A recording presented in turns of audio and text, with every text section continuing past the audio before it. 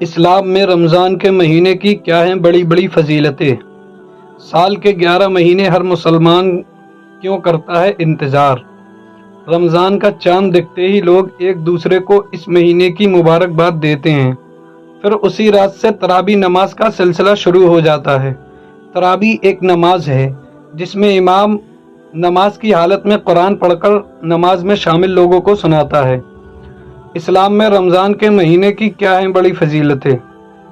دوستو، آپ سبھی لوگوں کو پتہ ہے کہ رمضان مہینے کی شروعات ہونے والی ہے۔ مذہب اسلام میں رمضان مہینے کی بڑی بڑی فضیلتیں بیان کی گئی ہیں۔ رمضان ایک ایسا بابرکت مہینہ ہے جس کا انتظار سال کے 11 مہینے ہر مسلمان کو رہتا ہے۔ اسلام کے مطابق اس مہینے کے ایک دن کو عام دنوں کی 1000 سال سے بہتر مانا گیا ہے۔ مسلم سمودائے کے سبھی لوگوں پر روزہ فرض ہوتا ہے، جسے پوری دنیا میں دوسرے نمبر کی آبادی رکھنے والا مسلمان بڑی سنجیدگی سے لاگو کرنے کی فکر رکھتے ہیں۔ ماہ رمضان میں رکھا جانے والا روزہ ہر تندرست صحت مند مرد اور عورت پر فرض ہوتا ہے۔ روزہ چھوٹے بچوں، بیماروں اور سوچ سمجھ نہ رکھنے والوں پر لاگو نہیں ہوتا۔ حالانکہ یہ روزے اتنے خاص مانے جاتے ہیں کہ ان دنوں میں کسی بیماری سے گرست پیڑت یا پیڑتا کے ٹھیک ہونے کے بعد ان 30 دنوں میں سے چھوٹے ہوئے روزوں کو رکھنا ضروری ہوتا ہے۔ رمضان میں سحری افطار کے علاوہ تراویح کی نماز کی بھی بے حد اہمیت ہے۔ کیا ہوتی ہے تراویح؟ ویسے تو رمضان جسے عبادت کے مہینے کے نام سے جانا جاتا ہے، جو اس مہینے کے چاند دکھتے ہی شروع ہو جاتا ہے۔ رمضان کا چاند دکھتے ہی لوگ ایک دوسرے کو اس مہینے کی مبارکباد دیتے ہیں۔ پھر اسی رات سے تراویح نماز کا سلسلہ شروع ہو جاتا ہے۔ تراویح ایک نماز ہے جس میں امام نماز پڑھنے والوں کو نماز کی حالت میں قرآن پڑھ کر نماز میں شامل لوگوں کو سناتا ہے۔ اس کا مقصد لوگوں کی قرآن کے ذریعے اللہ کی طرف سے بھیجی ہوئی باتوں کے بارے میں بتانا ہے۔ تراویح کو رات کی آخر یعنی عشاء کی نماز کے بعد پڑھا جاتا ہے۔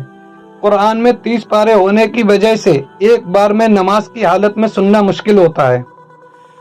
اس لیے قرآن کو تراویح میں پڑھنے اور سننے کے لیے رمضان کے دنوں میں سے کچھ دن طے کر لیے جاتے ہیں۔ اس میں ہر مسجد اپنی سہولت کے مطابق رمضان کے 30 دنوں میں سے تراویح پڑھے جانے کے دن طے کر لیتی ہے اور انہی دنوں میں قرآن کو پورا پڑھتے اور سنتے ہیں۔ عام طور پر تراویح کی نماز میں 1.5 سے 2 گھنٹوں کا وقت لگ جاتا ہے۔ سحری سے شروع ہوتا ہے روزہ۔ روزے کی شروعات سحری سے ہوتی ہے۔ سحری اس کھانے کو کہا جاتا ہے جو سحر یعنی صبح کی شروعات ہونے سے پہلے کھایا جائے۔ اسلام کے مطابق اس کھانے کو کافی فائدہ مند بتایا گیا ہے۔ بتایا جاتا ہے کہ لوگوں کو رات کے آخر حصے میں اگر ایک کھجور یا تھوڑا سا پانی ہی کھانے پینے کا موقع ملے تو انہیں کھا لینا چاہیے، لیکن ایسا نہیں ہے کہ بنا سحری کے روزہ نہیں رکھا جا سکتا۔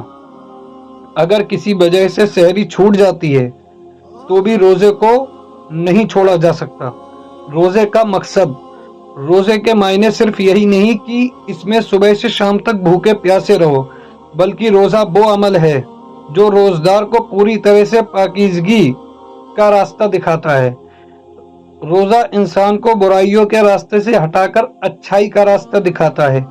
مہینے بھر کے روزوں کے ذریعے اللہ چاہتا ہے کہ انسان اپنی روزانہ کی زندگی کو رمضان کے دنوں کے مطابق گزارنے والا بن جائے۔